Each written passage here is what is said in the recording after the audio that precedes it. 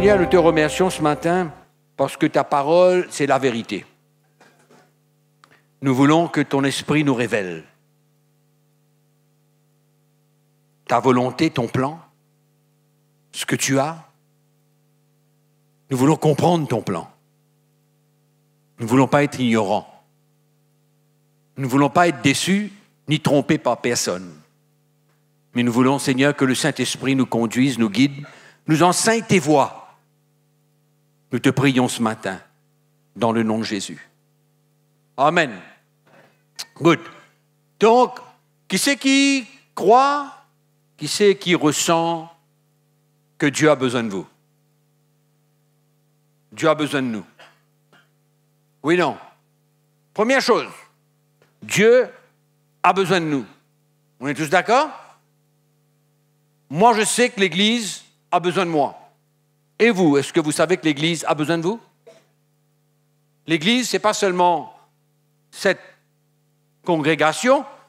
L'Église, c'est tous ceux qui sont convertis, nés de nouveau, connaissent Jésus, marchent avec le Seigneur.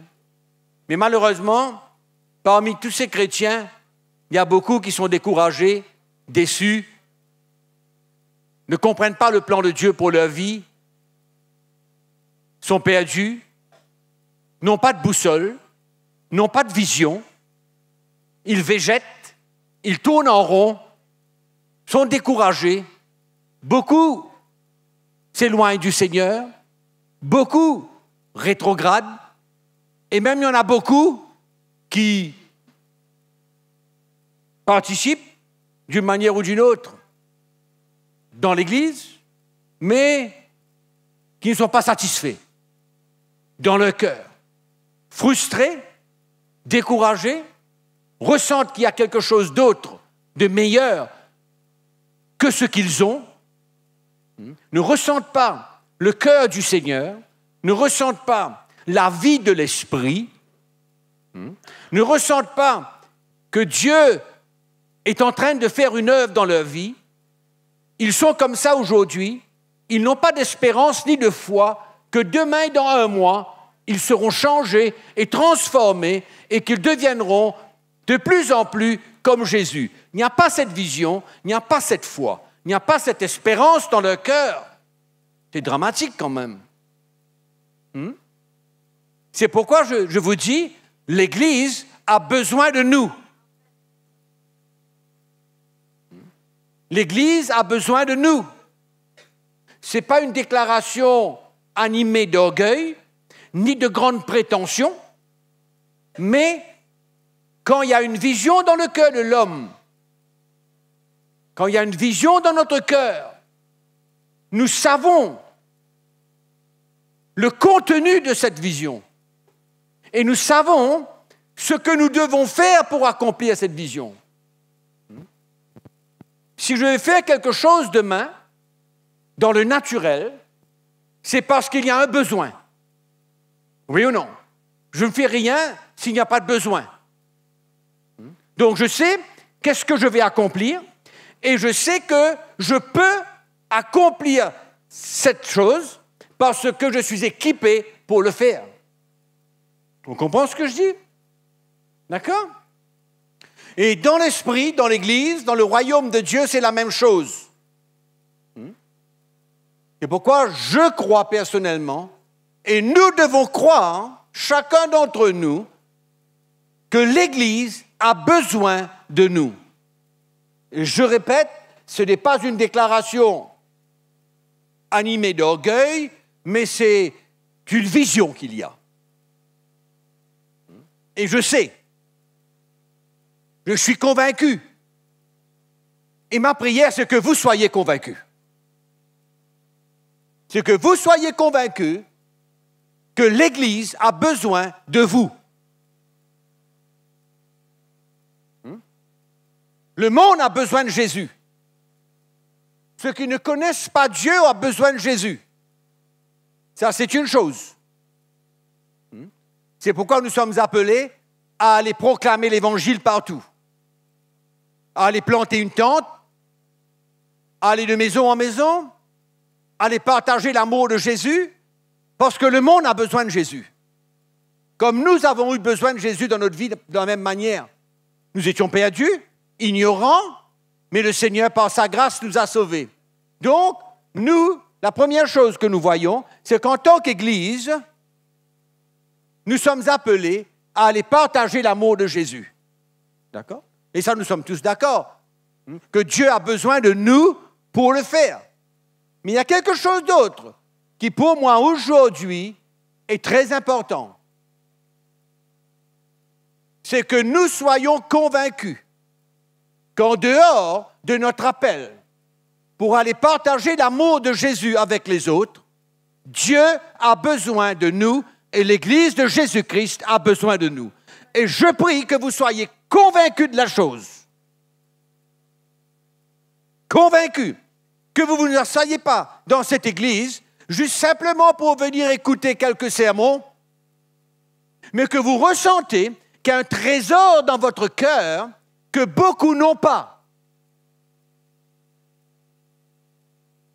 J'aurais tellement aimé entendre une personne dire oui. Je pars 2 mois et vous êtes dans un sommeil? Eh bien alors? Hein? Ma prière, c'est que vous soyez convaincus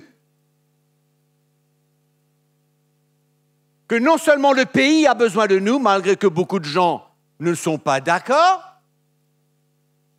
Le pays a besoin de nous. Pourquoi? Parce que nous avons la vérité, nous avons Jésus, nous avons la bonne nouvelle, nous avons le Sauveur, nous avons le Seigneur. Le pays a besoin de nous. Mais pour le moment, ils ne sont pas au courant, on est d'accord, et pour le moment, ils ne veulent même pas. Mais ce n'est pas grave, nous savons que Dieu est à l'œuvre. Nous savons que par la prière, le Seigneur prépare les cœurs. C'est pourquoi nous ne restons pas dans le sommeil. Nous sommes conscients que le pays a besoin de nous. Et nous sommes conscients, et ma prière, c'est que vous soyez convaincus que l'Église a besoin de nous.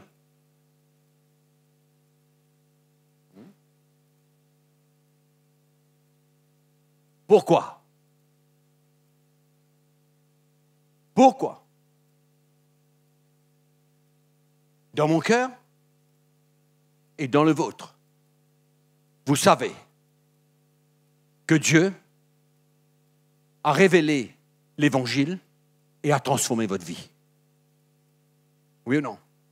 Il a transformé la mienne, il a transformé la vie de ma femme, la vie de beaucoup et de la plupart d'entre nous. C'est quelque chose de réel, de tangible, que l'on ne peut pas nier. Mais quand nous étions ignorants, et que notre cœur était encore voilé,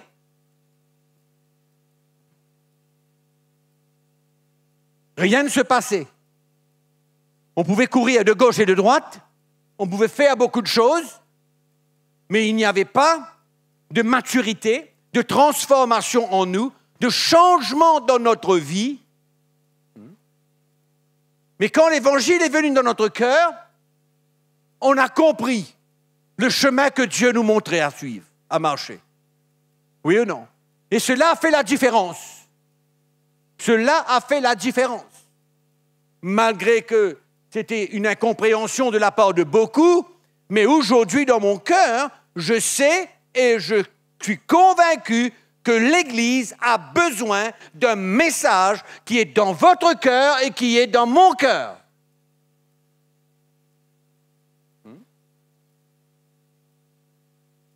L'Église a besoin de nous. Ce n'est pas le temps de dormir, ce n'est pas le temps de désespérer, ce n'est pas le temps d'être dans le doute, dans l'incrédulité. C'est un temps aujourd'hui où la foi doit régner dans notre cœur et de savoir que Dieu prépare une grande moisson et qu'il y a beaucoup de chrétiens fatigués, découragés, rétrogradés, qui ont besoin d'un évangile pour transformer leur vie et ramener leur cœur vers le royaume de Dieu, afin qu'ils servent le Seigneur de tout leur cœur, dans la liberté, dans la paix, dans la joie.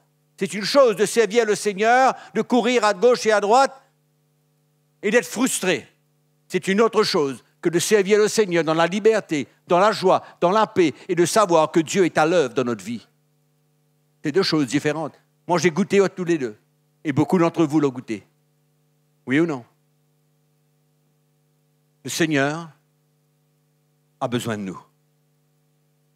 Le pays a besoin de nous. L'Église a besoin de nous. D'accord? Vous voyez cette vision? Vous voyez le but pourquoi vous vous asseyez là? C'est pour venir écouter quelqu'un? Hein? C'est pour venir simplement être encouragé de partir chez vous et dire ah oui, c'est bien. C'est pour venir recevoir une guérison? C'est bien. Hein?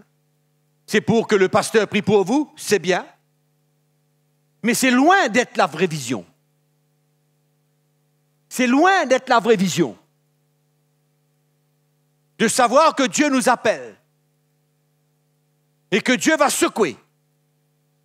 Dieu va secouer les fondations de son Église. Dieu va réveiller les chrétiens. Dieu va emmener une conviction dans le cœur des chrétiens. Dieu va arrêter les chrétiens dans leur folie. Et pour cela, il sait quoi leur donner. Il y a des chrétiens qui sont comme des mendiants. Mais mendiants. Il y a d'autres qui n'ont rien. Continuent à vivre, continuent à végéter. Mais le temps arrive où Dieu va leur montrer le chemin de la vie. La vraie nourriture spirituelle pour leur vie. C'est ça ma vision. C'est ça notre vision. C'est pourquoi je suis convaincu et je prie que vous soyez convaincus que l'Église a besoin de vous. Rassemblement de l'Église avec une même vision et ne jamais perdre le zèle, l'ardeur pour accomplir cette vision. C'est pourquoi nous ne sommes pas là pour faire une organisation d'une conférence, d'un événement. Notre vision n'est pas sur un événement qui va se passer dans 2 mois. Il y aura un autre événement qui va se passer dans 2 mois. D'accord? Mes regards ne sont pas braqués sur cet événement. Cet événement ne fait qu'une partie d'une vision qui doit être vivante en moi, pas simplement pour 2 mois. Je dois avoir une vision et comprendre que cet événement qui va venir, l'événement qui a eu lieu, celle qui va venir et celle qui viendra encore, n'est qu'une partie de la grande vision. C'est là où mon cœur va s'engager, selon la conviction que j'ai, que Dieu a besoin de nous, que l'Église a besoin de nous. Oui ou non? Le pays a besoin de nous. Un nouveau réveil dans notre cœur, où nous ne sommes pas en train d'aller sans savoir où on va et qu'on attend quelque chose d'autre venir. Oh, j'espère qu'on aura une nouvelle conférence dans 3 mois. Et entre-temps, non, il ne faut pas regarder au nouvel événement qui vient. Non, on doit vivre tous les jours avec une vision dans notre cœur que l'Église a besoin de nous, l'Église a besoin d'un évangile. C'est pourquoi notre cœur doit être réveillé tous les jours et comprendre l'importance, le temps de Dieu. Vous savez que Dieu a un temps? Vous savez que Dieu a un calendrier? Oui ou non? Dieu a un calendrier. Si vous suivez depuis le livre de la Genèse, vous allez voir que Dieu a un calendrier. Qu'il y a des événements qui se passent dans un temps. Pas une coïncidence, pas une chance. Non, pas une chance, ni une coïncidence. Ah ben c'est arrivé comme ça. Non, Dieu a un calendrier, Dieu a un temps pour accomplir ce qu'il veut. Et ce qui est merveilleux de savoir et de comprendre, c'est que quand Dieu veut faire quelque chose, ni l'homme, ni le diable, ni personne ne peut résister. Personne. Ni l'homme. Personne. C'est ça la foi que nous avons. Moi, j'ai la foi dans mon cœur parce que je sais que quand Dieu veut accomplir quelque chose, nous tous ensemble, le monde entier, toutes les armées du monde ne peuvent pas résister à ce que Dieu veut faire et ce qu'il veut accomplir. C'est pourquoi nous vivons dans un temps de l'Église aujourd'hui où on ne peut plus dormir, plus être cool, mais de laisser une vision brûler dans notre cœur. Tous les jours, prier, se donner. Et c'est merveilleux parce que quand je n'étais pas là, après le premier événement qu'on a eu l'année dernière, j'ai eu des nouvelles comme quoi que l'Église était réveillée, l'Église priait, l'Église allait dans les rues, l'Église allait faire les visites. C'est merveilleux. Et qu'est-ce que je suis en train de vouloir vous dire? On attend le prochain. Hein? Ou bien c'est un zèle qui est là aujourd'hui. Et même s'il n'y a pas un autre événement, c'est là. On ne vit pas par rapport aux événements. On est d'accord? Un événement a eu lieu, alors parce que nous avons besoin maintenant de faire certaines choses, on fait. Non, ma prière, c'est qu'il y a quelque chose qui saisisse notre cœur et qu'on comprenne que c'est le temps de Dieu pour un renversement, une secousse dans l'esprit et que les chrétiens puissent réaliser et comprendre qu'il y a un évangile, pour les libérer, qu'il y a un évangile pour les sauver, qu'il y a un évangile pour les rendre heureux, qu'il y a un évangile pour qu'ils puissent servir Dieu dans la joie, dans la paix et dans la liberté. Il y en a. Amen. Il ne faut pas passer à côté de ce que Dieu veut faire. Nous vivons un temps spécial.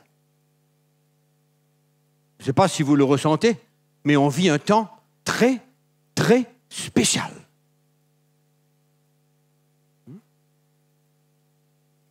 Donc l'Église a besoin de nous. La nation a besoin de nous. Et premièrement, Dieu a besoin de nous. Il a besoin de moi. Il a besoin de vous. Vous savez ce qu'il faut arriver? Il faut arriver à un moment donné où on a un cœur comme l'apôtre Paul qui ressentait que le moment était arrivé pour lui de quitter ce monde. Et dans l'épître Paul aux Philippiens, il dit « Je suis pressé de deux côtés. D'un côté, je veux aller rejoindre mon Seigneur. Mais de l'autre côté, je sens que l'Église a besoin de moi. » Allez lire.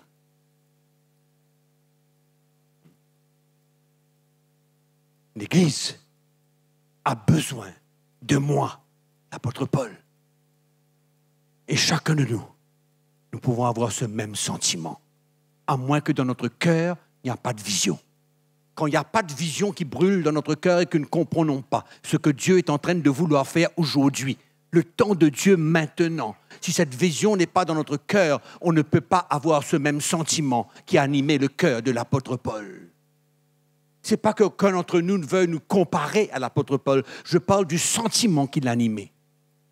Je parle parce qu'il ressentait que Dieu avait besoin de lui. Non? Non?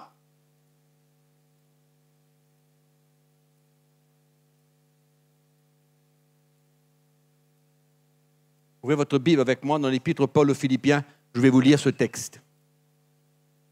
Si vous croyez que vous avez été créé et que vous appartenez à cette Église, rien que pour faire tellement de choses et de ne pas comprendre le plan et la vision de Dieu, vous vous trompez. Vous vous trompez. Si vous êtes dans cette Église pour devenir riche, vous vous trompez. Vous vous trompez. Ah ben oui, vous vous trompez. Vous avez passé à côté complètement. Si vous êtes dans cette Église pour un gain personnel, vous vous trompez. Vous vous trompez. Vous n'êtes pas dans la bonne Église. Ça, je vous assure. Vous vous trompez. Philippiens chapitre 1er, verset 22.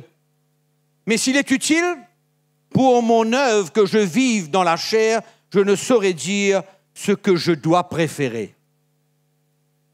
Je suis pressé de deux côtés. J'ai le désir de m'en aller et d'être avec Christ, ce qui de beaucoup est le meilleur. Mais à cause de vous, il est plus nécessaire que je demeure dans la chair, c'est-à-dire que je continue à vivre.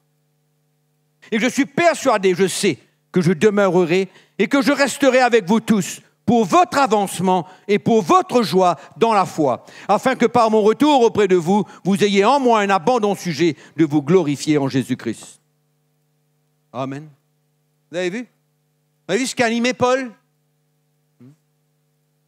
Il avait compris. Il était convaincu que l'Église avait besoin de lui. Ça, c'est sa dimension à lui. Bien sûr, sa dimension à lui, là où il était, le ministère que Dieu lui avait donné et tout ce qu'il avait accompli pour Dieu et tout ce qu'il savait que Dieu faisait à travers lui. C'est pourquoi nous avons besoin de savoir que ce que nous ressentons et ce que nous transportons, Dieu a un plan pour qu'il puisse œuvrer à travers nous pour les autres. Et je dois être convaincu de cela. Je dois avoir cette conviction dans mon cœur. Et que je ne suis pas là simplement pour m'asseoir et venir écouter un message et dire « oui, c'est super ». Mais ce n'est pas intéressant, ce truc-là. Non. Que Dieu mette une vision dans notre cœur et que nous savons pourquoi on vit dans ce moment. Maintenant. Paul dit, moi, je suis pressé de deux côtés. Il est préférable pour moi que j'aille vers mon Seigneur. Tellement merveilleux pour lui. Il avait œuvré, il avait souffert, il s'était identifié à Christ, il a traversé les moments les plus difficiles, des épreuves, des tests, des combats, des souffrances, des afflictions, des persécutions. Il a vécu tout cela. Et quelque part en lui, il avait un peu assez.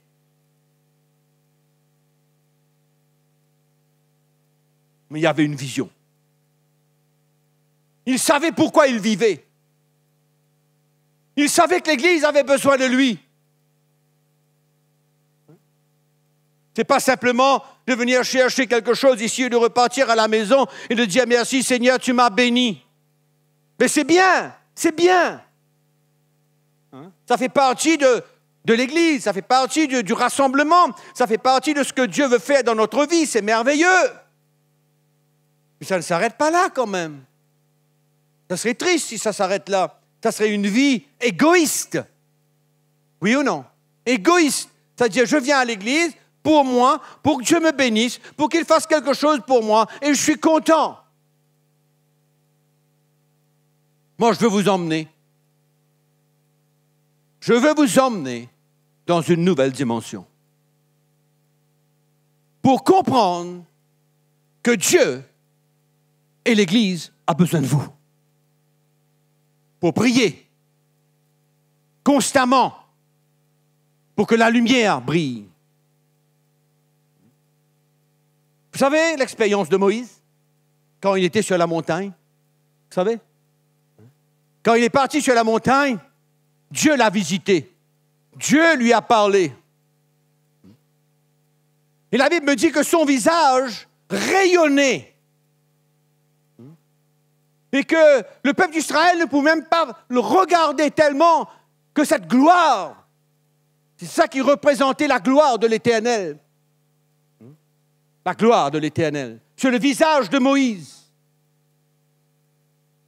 Mais le peuple juif n'a jamais compris qu'est-ce que ça représentait. Jamais. Et même jusqu'à l'heure. Très peu.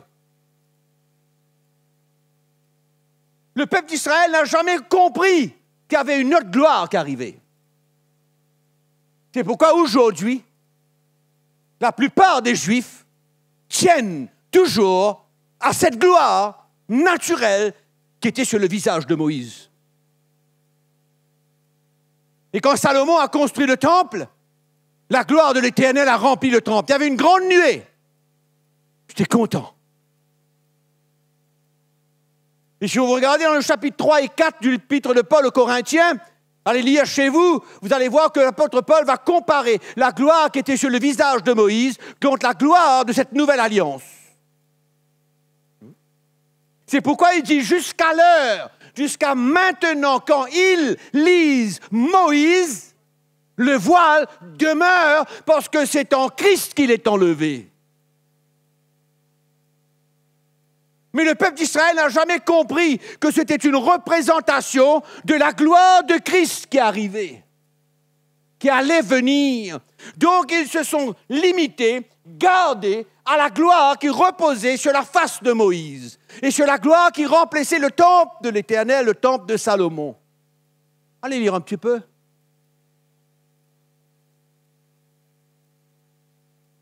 Et l'apôtre Paul vient maintenant enseigner aux Corinthiens. C'est quoi la gloire? La gloire de la nouvelle alliance. Le ministère de la nouvelle alliance. Le ministère de l'Esprit.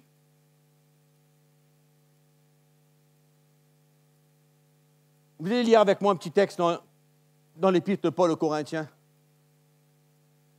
Vous savez, vous pouvez rester avec un cœur voilé jusqu'à votre mort. Restez dans cette église et vous asseoir là tous les dimanches et avec un cœur voilé ne comprenant pas la réelle vision. Jusqu'à l'heure, des millions et des millions et des millions de Juifs meurent sans connaître Christ.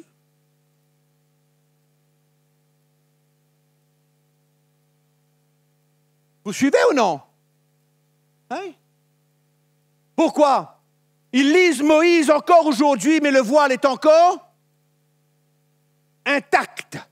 Ils ne voient pas Christ. Et aujourd'hui, on peut être dans l'église. On peut s'asseoir là. On peut faire beaucoup de choses dans l'église. Mais le voile, encore, devant le cœur, devant nos yeux. Et on ne voit pas briller la splendeur de l'évangile, de la gloire de Christ. C'est ça mon trésor.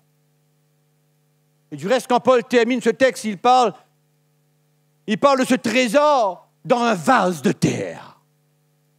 C'est ça que vous avez besoin de voir. Qu'est-ce qui est en vous? Et quand on comprend ce qui est en nous, et qu'on sait que mon frère n'a pas vu ce que j'ai vu, et ce qui m'a changé, et ce qui m'a transformé, et ce qui m'a emmené à donner ma vie pour ma femme, mes enfants, l'Église. Je prie que le Seigneur ouvre mes yeux et ouvre les yeux du peuple de Dieu afin qu'il comprenne ce qu'il a reçu. Et Paul fait la comparaison. Il parle de cette gloire de l'ancienne alliance qui est éphémère, qui n'est rien, malgré que le peuple de Dieu, le peuple d'Israël ne pouvait même pas regarder tellement c'était brillant. Paul dit, c'est quoi ça? C'est quoi ça? Cette grande lumière? Cette grande nuée qui a rempli le temple de Salomon? C'est quoi ça? Il dit, ce n'est rien de comparable avec la gloire de la nouvelle alliance. L'apôtre Paul exprime le mystère. Il exprime le mystère et il dit Christ en vous, l'espérance de la gloire. Christ en vous, l'espérance de la gloire. Hein? Comment on peut rester voilé et ne pas avoir la vision? et ne pas comprendre pourquoi on vit. Il faut vous demander pourquoi vous êtes là. Il faut vous demander pourquoi vous êtes membre de cette Église. Il faut vous demander pourquoi vous avez vécu des persécutions. Il faut vous demander pourquoi vous avez vécu des tribulations. Il faut demander pourquoi vous avez souffert pour l'Évangile. Pour quelle raison? Pour le fun? Pour que Dieu nous écrase et nous finisse? Non, monsieur. Parce que Dieu avait un plan. Dieu avait un plan. Un plan qu'à cette époque, personne ne voyait. Je disais à quelqu'un dernièrement, je dis, tu sais, pour quelle raison Dieu a permis que je ferme ma bouche pendant des mois, des années, sans essayer de se justifier, sans essayer de prouver quoi que ce soit, sans essayer de se défendre. Pourquoi? Pourquoi? C'est tellement plus simple de laisser la chair prendre le dessus et de se dire « Je vais prouver que j'ai raison, je vais prouver qu'ils mentent, je vais prouver qu'ils ont tort. » Non. On ferme la bouche, on meurt, parce que quelque part devant, il y a un plan.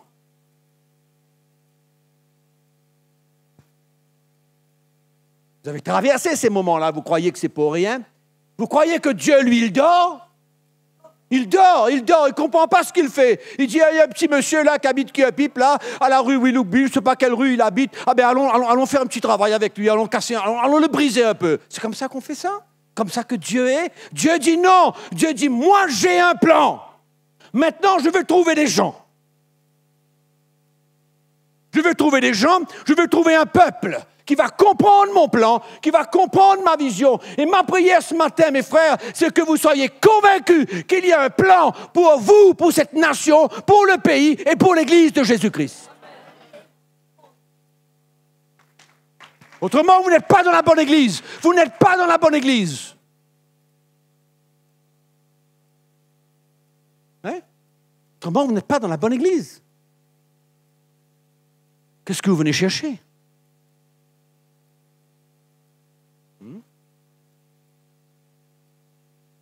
Vous savez, ce qui se passe aujourd'hui, c'est comme une casserole que vous mettez sur le feu avec de l'eau dedans et vous allumez le four.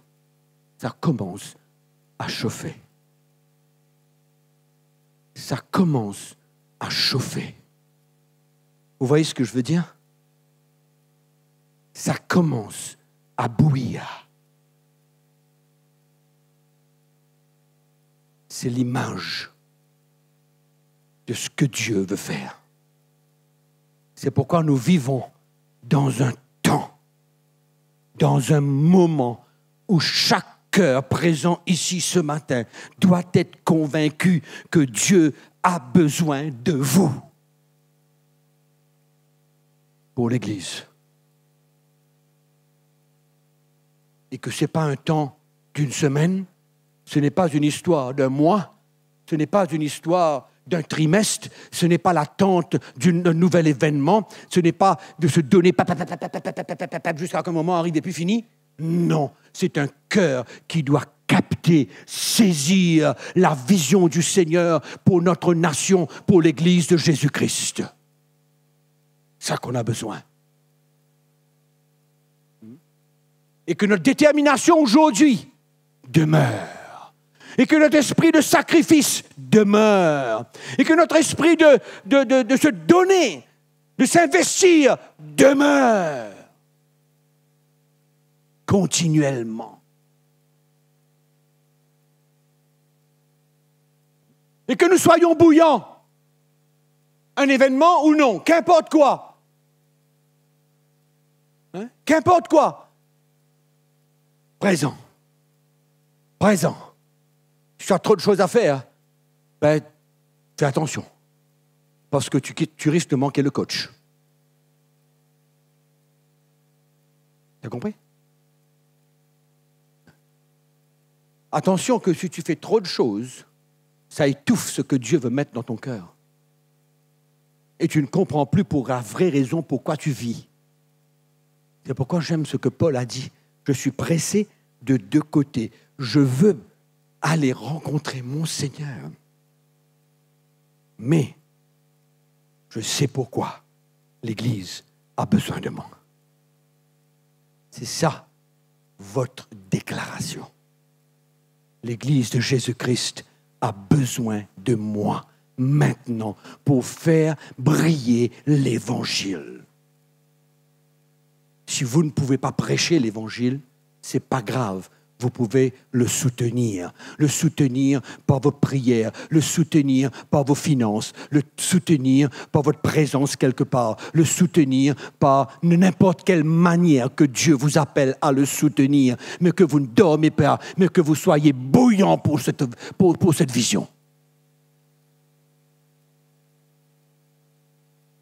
Bouillant pour cette vision.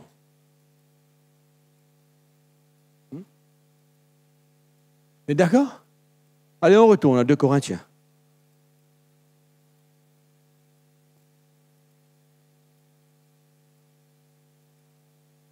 Chapitre...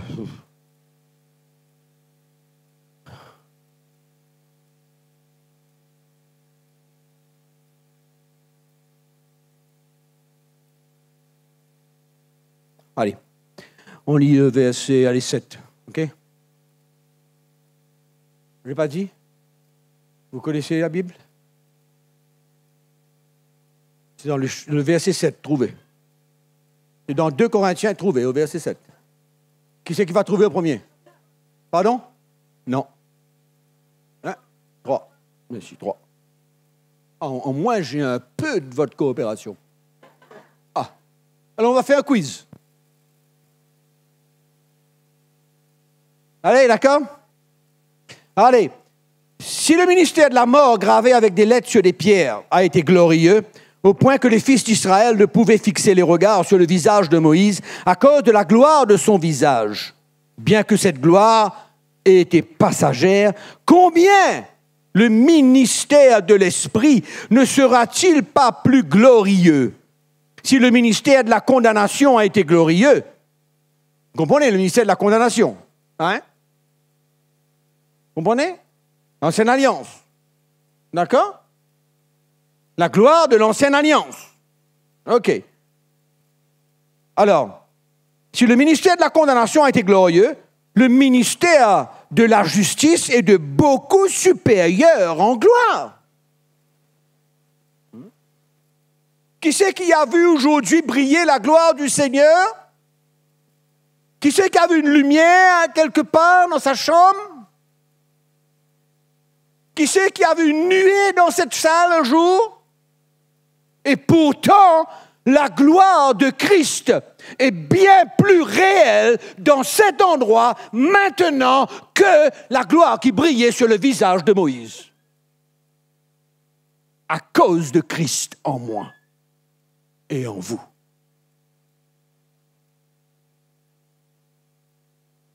On est d'accord? Et sous ce rapport, ce qui a été glorieux ne l'a point été. Au fait, il dit, si ça c'est glorieux, au fait, c'est pas. Si ça a paru vraiment une réelle gloire, mais ce n'est pas une réelle gloire. Pas du tout.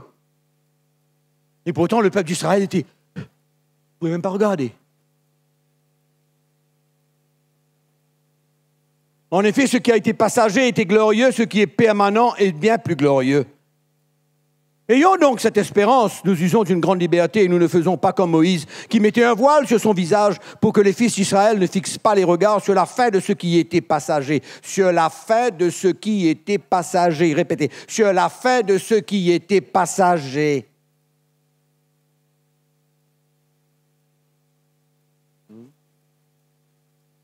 C'est pourquoi je veux vous dire ce matin, maintenant, aujourd'hui, c'est notre jour. C'est notre temps. Le peuple de Dieu, Moïse, l'ancienne alliance, c'était un temps. Aujourd'hui, c'est un autre temps, c'est un autre jour, c'est notre temps, c'est notre jour. Aujourd'hui, maintenant. Maintenant.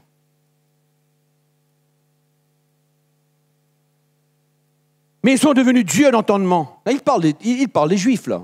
Il parle des Juifs. Ils sont devenus Dieu d'entendement.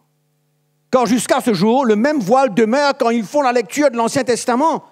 Et il ne se lève pas parce que c'est en Christ qu'il disparaît. Donc, tant que la révélation de Christ ne vient pas, il est toujours voilé. Ils sont en train de demeurer dans cette gloire passagère.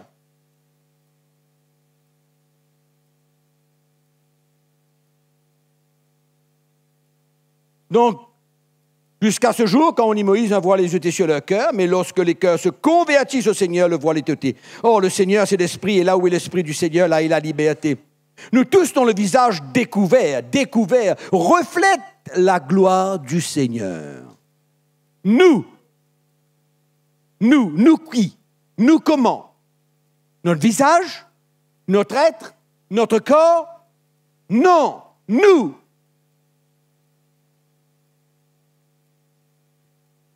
Notre vie, Christ en nous, c'est ça qui reflète la gloire.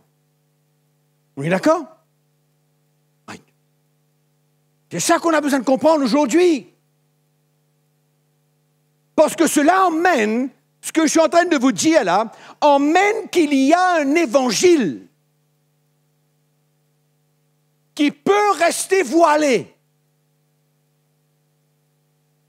Et qu'on ne comprenne pas. Et quand on reste voilé, on ne peut pas comprendre la vision.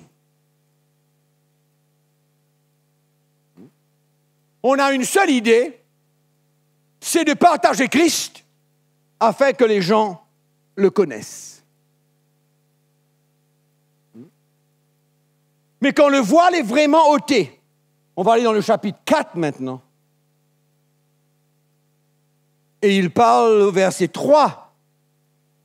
Si notre évangile est encore voilé, il est voilé pour ceux qui périssent, pour les incrédules dont le Dieu de ce siècle a aveuglé l'intelligence, afin qu'ils ne voient pas briller la splendeur de l'évangile de la gloire de Christ, qui est l'image de Dieu. Nous ne nous prêchons pas nous-mêmes, c'est Jésus-Christ le Seigneur que nous prêchons. Et nous disons vos serviteurs à cause de Jésus. Car Dieu qui a dit, la lumière brillera au sein des ténèbres, a fait briller la lumière dans nos cœurs, pour la faire resplendir la connaissance et la gloire de Dieu sur la face de Christ. Amen. La gloire de Dieu sur la face de qui? Moïse? Christ. Et comment?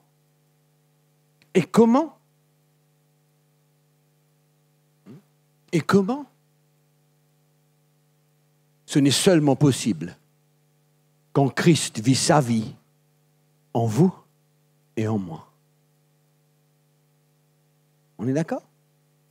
C'est seulement possible quand Christ vit sa vie en vous et en moi. C'est ça qui est merveilleux avec l'Évangile. Parce que ça nous montre ce que Dieu veut faire dans la vie de quelqu'un. Pourquoi? Pour faire briller la lumière. Pour faire briller la splendeur de l'Évangile sur la face de Christ. C'est à quoi nous sommes appelés. Et comme ça devient réel dans notre vie, on peut affirmer que Dieu a besoin de moi. Il n'a pas besoin de moi simplement pour vous faire connaître les choses. Il n'a pas besoin de ma connaissance, bien que cela soit bon. Il n'a pas besoin de beaucoup de choses en moi. Ce que Dieu veut, c'est que Christ puisse vivre sa vie en moi et que je devienne la gloire de Christ. Et c'est cet évangile, c'est ce vrai évangile qui est dans notre cœur, qui est dans notre vie, qui doit emmener une conviction que Dieu a besoin de moi. Parce que je sais qu'il y en a beaucoup qui sont encore voilés. Voilés, ils ne voient pas encore. Ils ne voient pas encore. Et moi, je suis convaincu que Dieu veut nous emmener à saisir pourquoi nous sommes là. Qu'est-ce qu'il est en train de faire? Quel temps, dans quel moment que nous vivons? Qu'est-ce qui va se passer? Qu'est-ce qu'il veut de nous? Quel engagement qu'il veut de nous?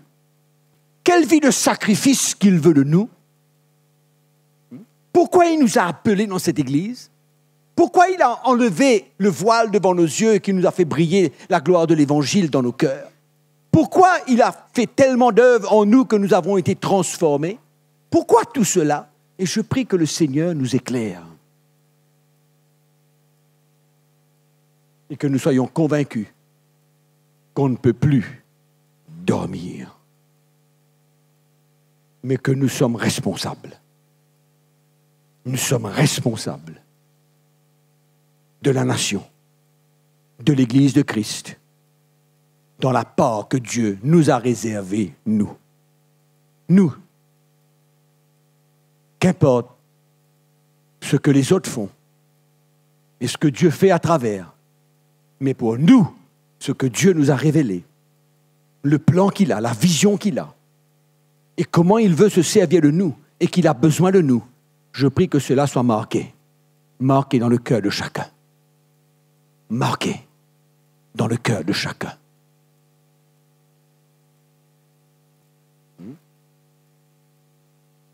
Et qu'il n'y a plus de temps pour dormir, pour être froid, fait tiède plutôt, perdre la vision, se donner à tellement de choses et oublier. Le temps est court. Le temps est court. Il nous faut donner notre énergie, ce que Dieu nous a équipés, ce qu'il nous a donné, les dons que nous avons. Pourquoi? Pour l'Évangile. Pour l'Évangile. Oui ou non? Il y a différents dons, différents ministères, mais que notre cœur brûle. Brûle. Pour une raison. Dieu a besoin de moi. L'Église a besoin de moi. La nation a besoin de moi. Le monde a besoin de moi. Chacun d'entre nous ici. Vous êtes d'accord ou non? Nous pouvons avoir des plans, des ambitions. Nous pouvons avoir toutes sortes de pensées qui peuvent nous emmener très loin.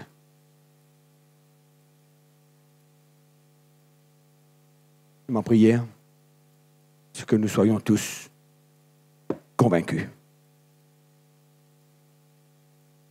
Amen. Oui, non. Vous êtes prêts? Vous êtes prêts réellement? Il y a un challenge, il y a un défi. Il y a un défi devant nous. Je ne sais pas si vous voyez l'envergure, si vous voyez cette vision, si vous voyez ce plan qu'il y a devant. Soyons tous des instruments, des ouvriers avec Dieu pour la réalisation de son plan. Si vous n'êtes pas encore engagé, si vous n'êtes pas encore saisi d'un esprit de sacrifice,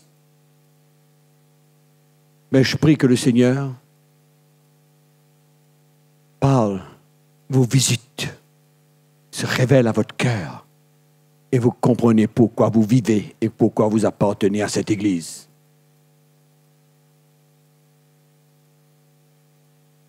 Amen.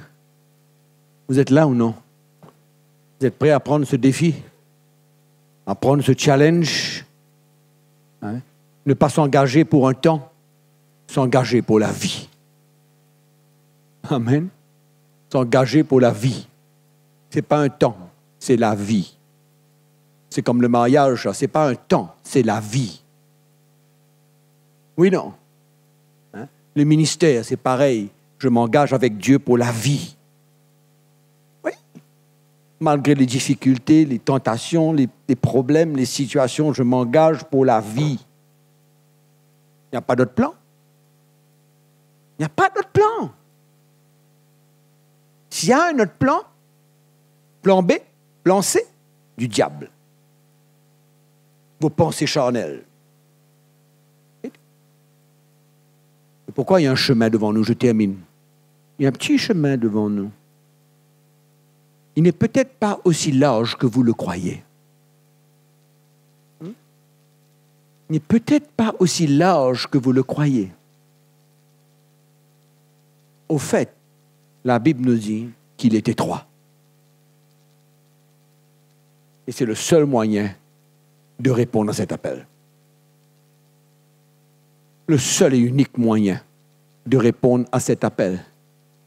C'est le seul et unique moyen où nous allons tous nous retrouver ensemble.